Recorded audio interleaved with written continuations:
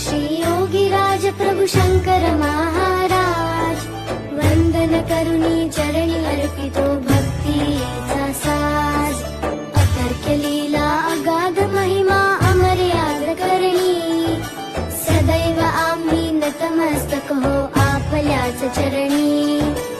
इष्ट देवता ग्राम देवता स्थान देवता ही, सर्व देवता आमच्या अगदी